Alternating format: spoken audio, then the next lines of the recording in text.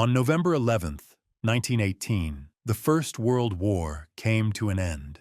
The German government signed the surrender, accepting all the conditions imposed by the victors.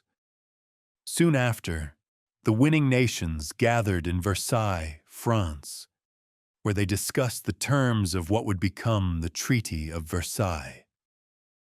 The First World War left millions dead, reshaped the map of Europe, and transformed the way diplomacy was conducted. The war caused the deaths of nearly 13 million people and left more than 20 million wounded or mutilated. During this conflict, extremely powerful weapons were used: poisonous gases, long-range artillery, machine guns, flamethrowers, tanks, airplanes, and submarines. Many of these were employed for the first time in a war.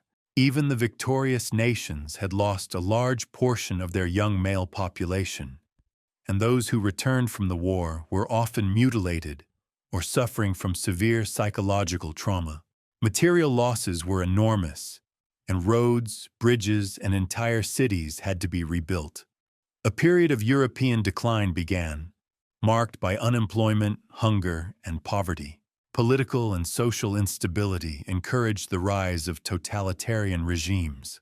Faced with this reality, societies lived in fear of a new global conflict, one even greater and more devastating than the first.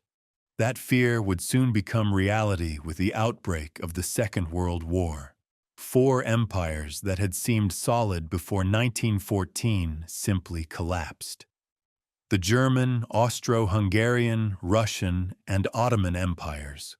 With the Treaty of Versailles, new countries emerged from the ruins of these empires, including Poland, Czechoslovakia, Yugoslavia, Austria, Hungary, Estonia, Lithuania, and Latvia. The Ottoman Empire saw its borders drastically reduced.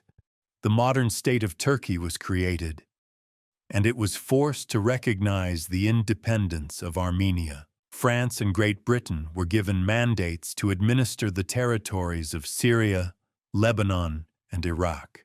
The League of Nations, founded in January 1919 and headquartered in Geneva, Switzerland, was inspired by the peace proposals of U.S. President Woodrow Wilson.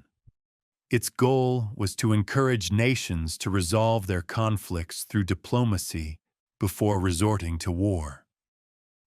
The United States emerged as the great winner of the conflict.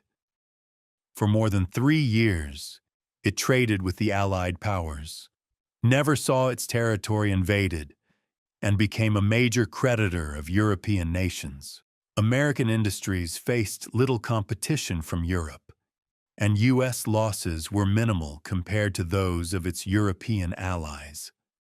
For all these reasons, the country would continue its rise as a global power.